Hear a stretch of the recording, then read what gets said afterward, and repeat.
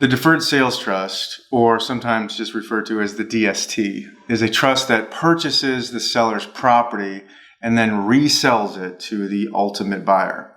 It allows the seller to treat the sale as what's called a seller carryback transaction, where the buyer pays the purchase price over time.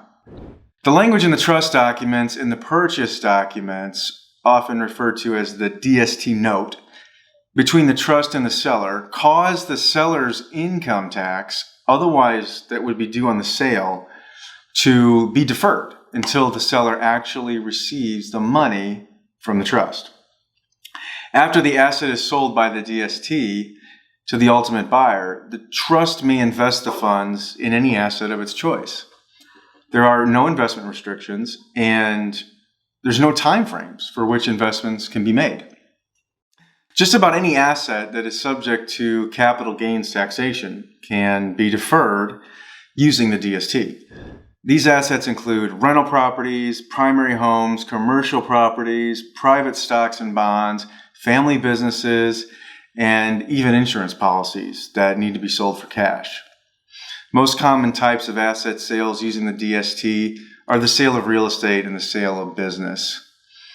The DST can sometimes be used for other types of asset sales and transactions, such as a 1031 exchange that would otherwise fail to be properly completed, can be rescued using the DST. A lot of times 1031 exchanges, people don't follow exactly what they should be doing step by step by step, and then after the fact they have that remorse or they can't do a 1031. Well, you can still do a DST if that's the situation you're in.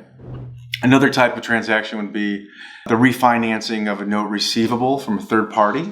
The DST can also be used on the sale of marketable securities where there are restrictions on the stock or limited trading volume of such stock. In the DST, the seller sets up the timeline of when the payments will be made on the note, and there has to be interest and principal, and what the amount of each payment is. The payments can be structured in any timeline and amount that the seller wishes. They can be interest only, with the principal amount paid in one large balloon payment at the end, or where they are even payments paid over the term of the structure. Regardless, the taxes on the gain are triggered when the principal payments are received. Capital gains rates in the year the payment is received is the rate applied to the principal payments as received. The interest earned on the principal is taxed at ordinary rates in the year received. So, to conclude, the DST provides a means to sell your asset in a manner that allows you to get the tax benefits of what we call a seller carryback type transaction. In this type of transaction, you receive your payment and you are taxed over time without sustaining the same level of risk that an inexperienced buyer might experience.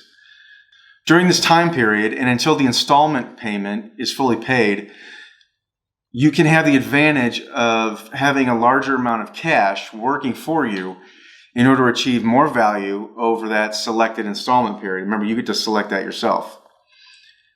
When you do additional planning, the DST can be used in conjunction with estate planning. It's great for estate planning.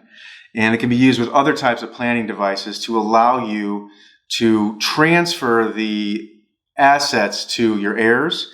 And you can do that free of federal estate tax, a gift tax, and GST tax. The DST is a very flexible and very customized strategy to defer capital gains and pay capital gains on your own terms.